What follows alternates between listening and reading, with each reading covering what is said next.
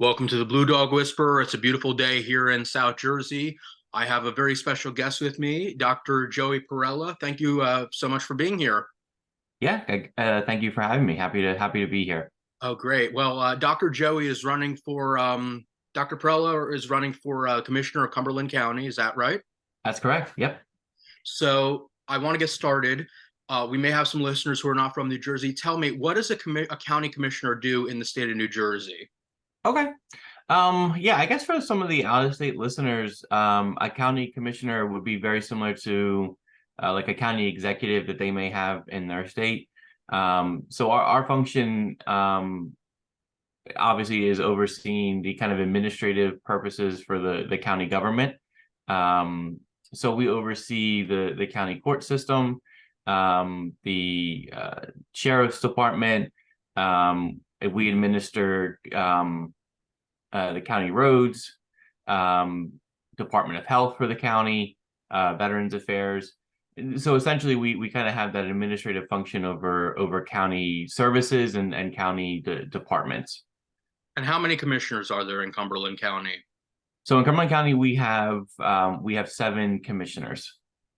So they used to be called freeholders, and then they switched the name to commissioners. If you're Mhm. New Jersey politics, for any of our listeners who are tuning in, would you say that the commissioner's position is kind of like a senate, like kind of like a mini senate for the county, like you guys make decisions about, or I mean, how would you describe it to my listeners who may not be familiar with how we do things here in Jersey? Yeah, I guess it would be more of like an executive function. Mm-hmm. It is a limited executive. A lot of the roles and responsibilities that we have in the county are kind of delegated to us through the state. So those terms, those responsibilities have been set by the state government, and essentially, it instead of the state having to have oversight over all 21 different counties, they delegate that responsibility to the county commissioners. So it's Um, local office, but it's very important stuff. yeah, for sure. Well, all politics is local. What made you decide to run for office? Yeah, thanks for asking that.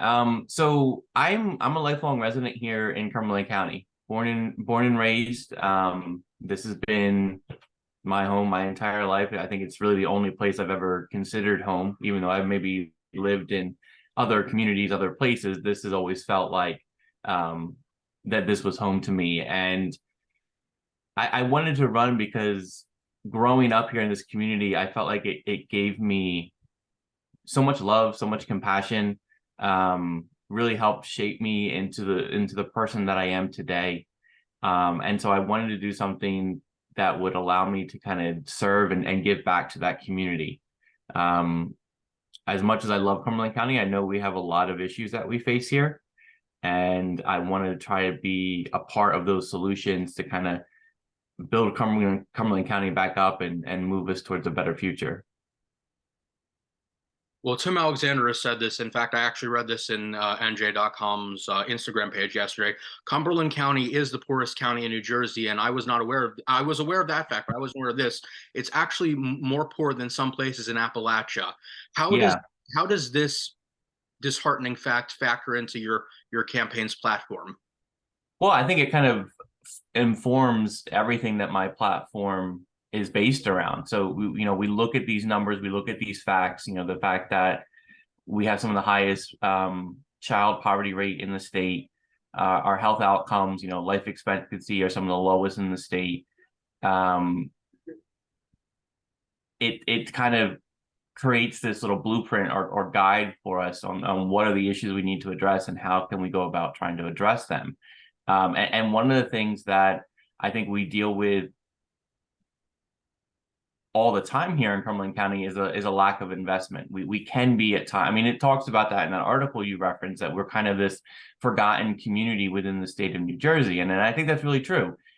We do love our way of life down here, and I want to protect that and respect that rural identity that we have. But at the same time, I don't want that to come at the expense of people's success in their life and their ability to live a healthy, long life either. So I think for me, what it says is, this is a community that needs more investment from the state, from the federal government, so that we can have those same successes that other parts of New Jersey have.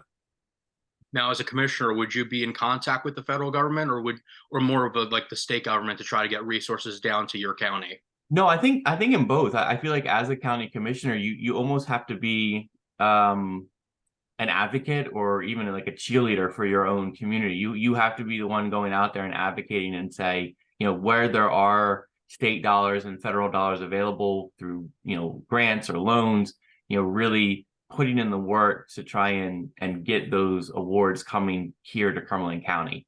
Um, obviously we have representation in the state through our state Senate and state assembly people.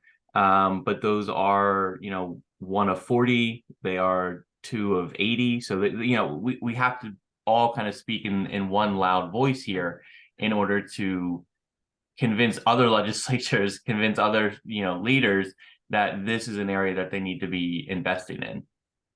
Now, the public, especially outside of New Jersey, may have this image of New Jersey, like the picket white fence, but Mhm. that's not always what Cumberland County is about. As you stated, there are a lot of poor areas in Cumberland County, and I can tell you that even though I'm not from South Jersey originally, I've lived in South Jersey and I've spent a lot of time in Cumberland County. And what really was an eye-opening experience for me was one of the first times I was in Cumberland County. I went into a store in Bridgeton, and Mhm.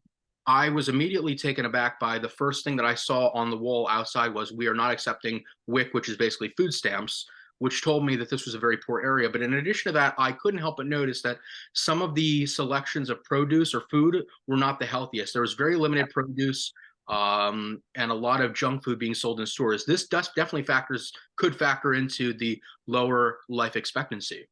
No, for sure. And that is something that Bridgeton in particular has been dealing with the last decade, maybe plus now, is that the city has in some areas become a food desert where which is very, I guess in a kind of twisted way ironic because we're a pretty extensive farming community. I mean, there's a lot of our rural townships are still heavily agriculture based. So we're growing all of this healthy, great fresh produce here in Cumberland County, but we don't have an ability to deliver that to our own residents. And so there have been efforts to start, local community gardens. And there have been some smaller grocery stores that have opened up in the city now to kind of provide those food options that weren't there before. But I still think there's more work that we can be doing to make sure that healthier food options are available, and that kind of goes throughout the entire county back to this investment and well, really just investments that we need to be making in our community, whether it's in places like Bridgeton, where we're trying to rebuild a kind of sense of downtown community again, or in our rural townships, just trying to maintain the infrastructure you need to be successful in the 21st century. And it all comes back to making those right decisions at a local government level, kind of advocating and fighting for yourself a little bit to get the resources that we need to be successful down here. For those people who don't know, Cumberland County is one of the it's one of the most southern, it's almost the southernmost county, only rivaled out by Cape May. Right. So this is you're definitely south of New York City. You're a little more south of Philadelphia. Mhm. And what are the political demographics of Cumberland County? Because historically, it's been pretty blue, but it's trending a little more purplish depending on voter turnout. Yeah, and I really think that's the key there, like you said, is voter turnout. I mean, if you want to just have the raw, boring numbers, registration wise, there's 38,000 registered Democrats, or excuse me, 38,000 registered independents, 33,000 registered Democrats, 23,000 registered Republicans. So you might think initially like, okay, this is maybe a bluer, more Democratic friendly town. And I guess if everybody voted, it probably would be. But turnout numbers vary, and turnout numbers vary across populations differently. And so I would say more recently, what we've seen is an electorate that's more favorable to Republicans and less favorable to Democrats. But certainly not an electorate that is completely turned away from either party. It's really comes down to, and I think in today's political climate, it really comes down to turnout. Can you get your voters out to the poll to support either you or your other candidates? And that's what we have to really focus on here in Cumberland County. And I was looking at the map. Cumberland County has historically gone blue. It actually voted against Governor Christie the first time, and it voted to reelect Governor Corzine, who I have branded the worst governor of our state's history in recent years. But it shows that Cumberland can go blue, but it depends on voter turnout, because Yeah. the last two elections it voted against Governor Murphy, even though he won re-election. And it also voted against Tim Alexander for Congress, despite going for Amy Kennedy 2 years earlier. I don't think that the electorate has seen the light, and I put light in quotes because I don't think that there's anything remotely hopeful about this modern GOP platform. But I think that it's all about turnout, because the turnout was incredibly low. I was canvassing on election day 2022 for Tim Alexander in Vineland, and a lot of people, A, didn't answer the door, or B, didn't know there was an election, or C, didn't care. Yeah. And that was a really, I mean, we can see the difference there between 2020 and 2022. Obviously, the election in 2020 was a little bit different because that was during the pandemic, so there were some changes in how we voted here in New Jersey. Everybody in that election voted by mail, so every voter was mailed a vote by mail ballot to fill out and return, so they didn't have to vote in person and risk possible COVID exposure. So that year we saw turnout in this county, pushing 70%, 75% turnout. In 2022, last year's election, our turnout, even though it was a midterm, was 32% for the entire county. I mean, so a drop off of over 50% between 2020 and 2022. And that clearly made all the difference for a lot of our candidates up and down the ballot, whether they were running for Congress or local candidates here. I mean, when you're losing 50% of the voters aren't coming out, and disproportionately more of them are leaning Democrat than Republican, it really hurt our candidates' performance last year.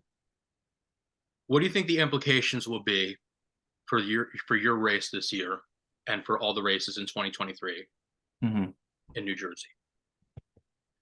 Well, I think people here in the state get pretty comfortable with the fact that they live in a quote unquote blue state, but really we're only ever in this state 2 elections away from losing that. And this year is one of those elections. Our entire state legislative, both chambers are up for election this year, so the entire Senate and the entire state assembly.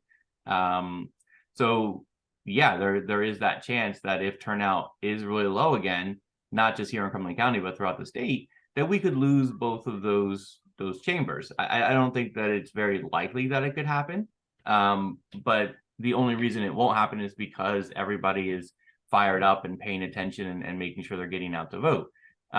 So I think the importance of this election here in 2023 obviously is to protect our legislative majorities. But I think it's also to start building this base back out for the election that's coming in 2024 when we have the presidential race, and then in New Jersey 2025 when we have the governor's race again. Now, prior to this conversation, you and I were having we're talking. How many of the 7 commissioners in Cumberland County are Democrats, and how many are Republicans?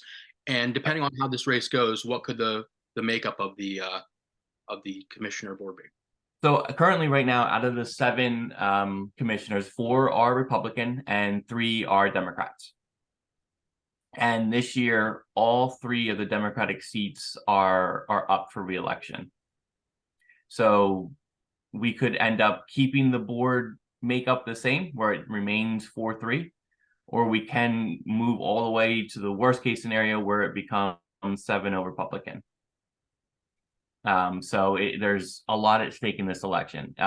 Control of the board is not at stake this year, but the ability for Democrats to be competitive next year and challenge to take control of the board is at stake. So tell us a little bit about your background. You are, I said, Dr. Joeigh Perella. So what kind of medicine do you practice, and does this factor into how you view the policies of your campaign? Yeah, so my day job, I guess, is I'm a dentist. I'm a practicing dentist here in Cumberland County. I practice family dentistry, general dentistry, and I think the impact that my profession has, because there's really not a one-to-one comparison of being a dentist to being an elected official.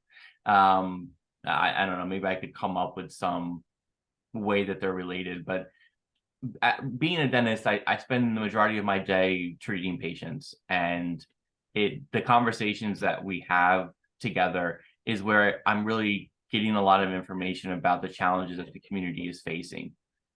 And so it's through those conversations that I become more informed about not just my community, that where I currently live in Vineland, or where I work in Millville, but also the broader Cumberland County communities, especially a lot of our rural areas. It's great talking to some of the farmers to listen to some of the issues that they're dealing with, business owners throughout the county, school teachers. You start to just have that one-on-one time with them, and you have to talk about something to to pass the time. And I just hear their stories and kind of listen to some of the things that they're worried about or that they're struggling with, and then can use that information to try and put together the best platform and policies possible to have that greatest impact here on Cumberland County. I know it's maybe none of my business, but do you find that a lot of your patients are on Medicaid or need government assistance in some capacity?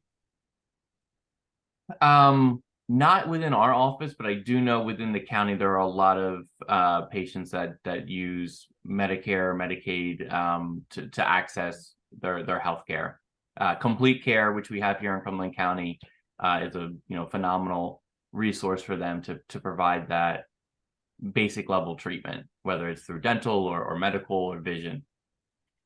Now, you referenced the state legislature. We have 40 Senate seats and 80 Assembly seats. Now, the Republicans have not had a majority in either one for quite some time. The last time it was probably during the Whitman administration, and I would argue very strongly that it was a different Republican Party. If for some reason the Republicans take back control of one or the other in 2023, what do you think what challenges do you think that could pose for your constituents in Cumberland County? Wow. I don't even want to think about it, but I guess in the short term, we would have a split government here in New Jersey. So instead of having unified government, we would have a Democratic governor with possibly a Republican legislature. What I would worry about in the immediate impact of that is just kind of this political gridlock that we've seen at the federal level and throughout other states that have kind of a split government, this inability for both sides to work together in any meaningful way to pass legislation that's going to be helpful to their communities. We have to have a budget here in New Jersey, so I'm sure they will fight and argue with each other to put some kind of compromise together. But as far as crafting legislation that could address specific issues throughout the state or even within my community here in Cumberland County, I would imagine that all of that progress and work would stop. And so what little support and help that we are getting, what little support and help that we were going to be able to try and fight for and advocate for, I would imagine would just be completely ground to a halt through political gridlock. Mm-hmm. And if in time, we see the entire state legislature and governor, come under Republican control, my worry at that point would be the political kind of mindset for Republicans and not believing, I guess, in that investment through government, government spending in certain ways. What resources and aids again that we are getting would start to be cut, and people losing that social safety net that's around them to help them get by. And then without the further investment from the state government and support from the state government, we wouldn't be able to continue moving forward. We desperately down here need investment in broadband infrastructure, more public water and sewer access. And that's not something that as a community on our own, we'd be able to afford, unless we wanted to have, crazy high taxes. So the only way that we're going to be able to accomplish this is through working with the state and the federal government. And if ideologically we have a legislature and a leadership at the state level that doesn't believe that it's a role government should be playing, again, it's going to further isolate us and kind of leave us behind. Well, regarding broadband, you're absolutely correct. A lot of people in central and North Jersey are not aware that there are a lot of areas of Cumberland County where it is very difficult to get a cell reception, Mhm. let alone Wi-Fi. I mean, this stuff is like running water now at this point. Oh yeah. There was the Massachusetts governor's race back 4 years ago. The Democrat pointed out something good, even though I was kind of in favor of the Republican at the time. The Democrat pointed out that there are some places in Massachusetts, particularly in Western Massachusetts, Mhm. where students, college and high school students, more so high school students, have to sit outside the library after business hours to do their homework. Do you all have that problem in Cumberland County? That was a big problem in Cumberland County, especially during the pandemic when I mean the schools weren't closed, but the schools switched to online learning. So instead of all the students were provided through some state programs laptops to take home to do their schoolwork on. Mhm. Those that's only as good as the internet you have access to. Otherwise, you just have a fancy paperweight. And unfortunately, there were a lot of students that at home did not have reliable internet access, and there were people in the community that really stepped up to help out. I know that there was one person in Bridgeton who basically drove like a community van to pick students up and take them to places where they would have access to the internet, whether that was through the public library or public business, something like that. That kind of defeats the purpose of doing the remote learning, because the idea was, especially during the pandemic, for health reasons, we were kind of keeping everybody separate and away from each other. And here we are in Cumberland County, because of this lack of infrastructure, some of the students are having to congregate together so that they can access access the internet at the same point. So there's that two-pronged approach here. Yes, there's areas in the community with just there's no infrastructure that exists where they could ever even hope to access high-speed internet. But we also have to remember, in some of our communities where there is a network that's currently available, the issue with access is over affordability and cost. So we kind of have to be addressing both issues simultaneously. It's not just building out this network to connect some of our more rural and smaller communities. It's also making sure that people in Millville, Bridgeton, and Vineland, where the network is already fairly strong, also have the ability to access that, because there's not this financial barrier that exists. Right. Well, I mean, the Republicans would argue that the broadband issue should be left to the generosity and the kindness of strangers, kind of like what happened there. But Mhm. I think the government does have a role to play in this, and I know you do as well. Oh, I totally do. Yeah. And that's been one of my problems with Republican philosophies, because there's no law that says that just because the government is doing something doesn't mean that private citizens aren't able to help out as well. Mhm. Everyone can do their part. Yep. It doesn't have to be one or the other, and I think that's the problem with some of this Tea Party philosophy of you're on your own or you got to depend on the kindness of strangers. Yeah, and that sort of defeats the whole purpose for why we have a government.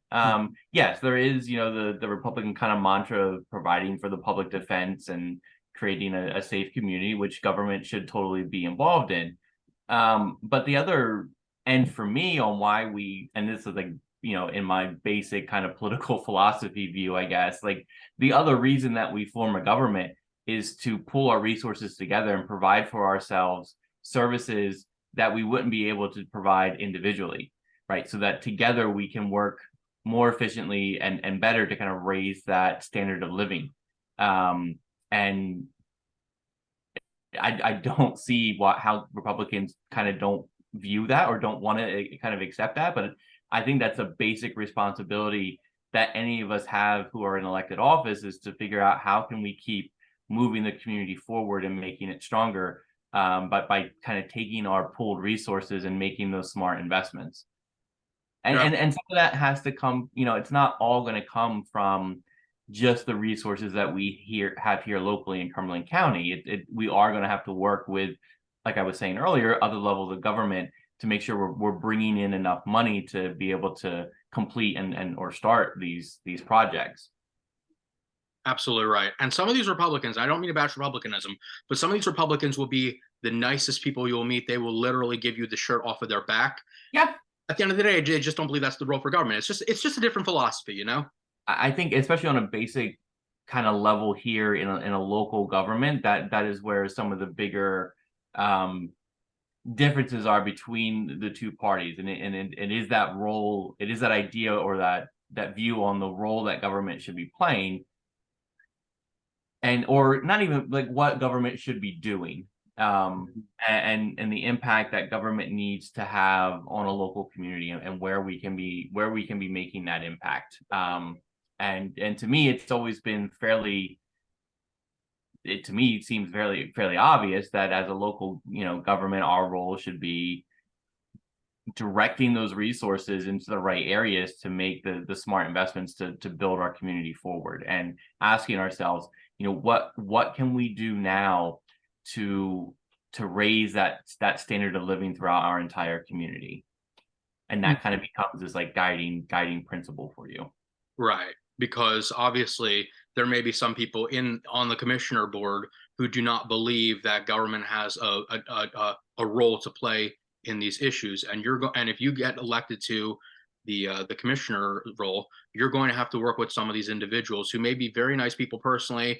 I've always found that Republicans believe that they're going to get into heaven by doing good deeds, and even if they oppose social safety nets from a policy perspective, whereas Democrats think that just simply supporting the social safety net, but not doing any good deeds personally, will get them into heaven. It's kind of interesting how both sides have fallen short in terms of generosity, because I think it's important to A, do good deeds, and B, support any policy that will help as many people as possible. Yeah, I think I think the Democratic Party has been more committed. Are there ways that we've kind of lost our way as a party, especially our elected officials? I think so. I think as an elected official, sometimes it is very easy to get caught up in the kind of day-to-day sort of administrative part of this role, or this position, and kind of losing that bigger picture. So you become lost a little bit, or too overly focused, and just, and not that this isn't important, but obviously become overly focused in making sure that just the basic functions of your government are operating properly. So the courts are open, and the bills are getting paid, the lights are staying on, that kind of stuff. But then forgetting what are some of these more systemic issues in our community that we also need to be addressing, and that is something I think we need to kind of pay more attention to and spend more time on, and invest more in. These aren't going to be issues, in my opinion, that are going to, kind of quote unquote solve themselves, where we're going to see investment from the private sector or private individuals that are going to, address these needs. It's going to have to be the government taking on that heavy lift to accomplish this. You're right. There's no substitute for good government, and there's no substitute for personal generosity. And unfortunately, too many people on both sides have fallen short one way or the other. Not everyone, but a lot. Yeah, and I think that's something that I'd hope to kind of bring into government, is that idea of, or concept of generosity. I'm active with my local Rotary Club, and what I love about the club is the service projects that they are engaged with, and as a private club, I wouldn't say we don't have anywhere near the manpower or the resources that a government could muster, but that still doesn't stop us from trying to put together events that are going to have impact in our community. Most specifically, one of the greatest events that we ever started a few years ago was something called Loads of Love, which was a project where we would go to different laundromats throughout the area that we cover, so like Vineland, Millville area, and just provide people with money and material so that they could have fresh, clean laundry and clothes to wear. Right. And trying to do what we can to eliminate some of those barriers that exist for people. So if it may not be having the quarters you need to be able to do your laundry, or not being able to afford, laundry detergent or laundry softener and things like that, we were providing that for them and taking that barrier away. And I think when you combine, the power and the size of government with the ideology and the service kind of commitment that we have with the Rotary Club, now you can really get the ball turning here and start, making some big impact in the issues that are existing within your community, those kind of chronic systemic issues that are just always there. Right. So I kind of hope to combine, the size, the power, the resources that you can muster with the government with the commitment that you have from like the Rotary Club that I'm with, and bringing that service oriented approach together. Right. The private sector has to play a role. And sometimes it's just providing us with ideas and the creativity, from the Rotary Club, just again, where you're bringing a diverse group of people together who have different experiences within the community. That conversation that they can generate on what needs to be addressed and what can be done about it is really informative to government. And that's a connection that you have to maintain in order to be as well informed as possible on what is your community, what is it asking for, what does it need, what are they looking for. Right. So what are some of your favorite things about Cumberland County as someone who's lived here pretty much your whole life, if not your whole life? What do you love about Cumberland County? Yeah, I mean, pretty much my whole life. The only time I didn't live in Cumberland County was when I was in dental school. So if I wasn't away at school or college, I was here. Gosh, for me, some of the most favorite things about Cumberland County is my family that lives here, and just knowing that so many of the people that I have loved and depended on in my life, that have been there for me, call this community home. The support that this community has always given me is something that has helped me kind of develop a connection to it, and a passion for Cumberland County. As far as like what I love about the county, it's got to be the scenery. I mean, if you're just driving around the county, especially out in our rural communities, stopping along our beautiful Bay Shore, it takes your breath away at times. Mm-hmm. And I think it really sets an example of what New Jersey is like, truly like, that maybe doesn't match the expectations that people have. It's a very, I think people outside of New Jersey think of New Jersey as like a giant exurb of Philadelphia and New York, lots of traffic, high density population. And then you kind of come here to Cumberland County, and it's a very, different environment. Life kind of slows down a little bit here. And you can, take some time to catch your breath and smell some beautiful fresh air. And I think also watching and seeing how the communities here have such a developed identity over the years. These are communities that really haven't been changed very much for a long time, and so the industries that help define us still kind of do to this day, even if they don't exist. Especially along our Bay Shore, commercial fishing has always been extremely important. The most important was always the oyster industry. So you can see the impacts of that all along our Bay Shore. Further inland through the cities, it was always the glass houses.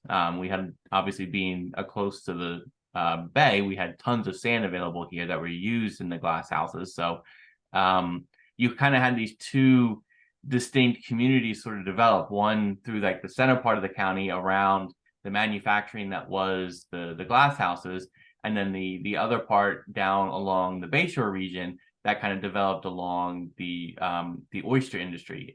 And learning that history and kind of coming to better understand ourselves is something that I really enjoy about Cumberland County.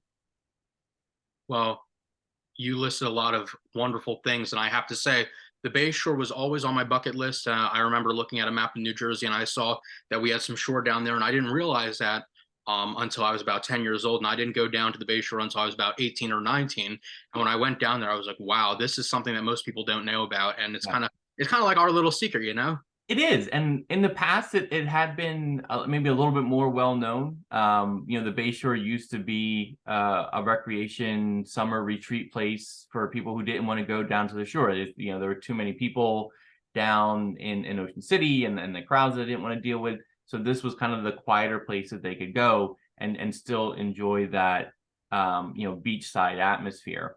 Um, the Bayshore is really important. I mean, it's a huge part of our identity here in Cumberland County. It's a vital part of our economy, but it's also very, very threatened. Climate change, global warming has definitely had an impact along our Bayshore, and will continue to have an impact. And if we're not, going back to some of those investments that I was talking about before, if we're not making those investments to protect our Bayshore, we stand to lose not just a part of our economy, but also a part of our identity.